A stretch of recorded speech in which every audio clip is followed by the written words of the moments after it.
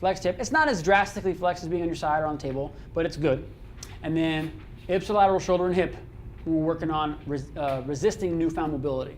So she's going to turn her head, turn her trunk just like a rib pull, and row. Great picture, good view from this side. Okay.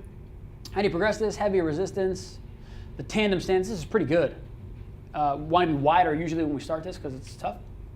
And don't allow them to sit back. Okay, so this needs to be up off the ground in like an actual lunge. So if you have a actual, if thrower's coil is the biggest problem, you just switch these hips.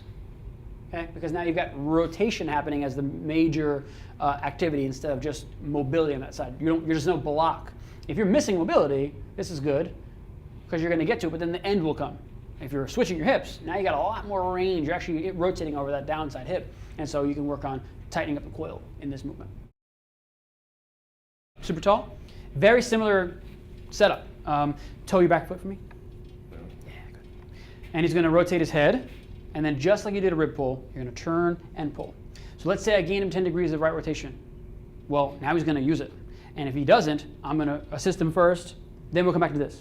And then he gets it again. Okay, so do 4. And when he comes forward, he's going to come all the way forward as if he were on his side with his arm straight. Boom. Head turns. If you don't turn your head first, you're not going to get T-spine rotation all the way. So turn it. There we go. Good. And again, we're not getting full ligamentous lockout down low because it's not maximally flexed on that side, but it's good. Let's say my biggest thing with him is just weaken the middle. Switch your feet. Stay on the same right arm. And now turn. He's going to be able to turn a lot more. I'll be able to raise the weight a lot more. Same reels. Go ahead, pull. This is just more movement. This is an internal rotation of external rotation of his hip. It's real simple. And you can, because he's bracing himself on this side, we got some left hip extension activity going on. Okay, a lot of cross body, that contralateral limb strength that we talked about. Strong and stable mover. Good. Relax.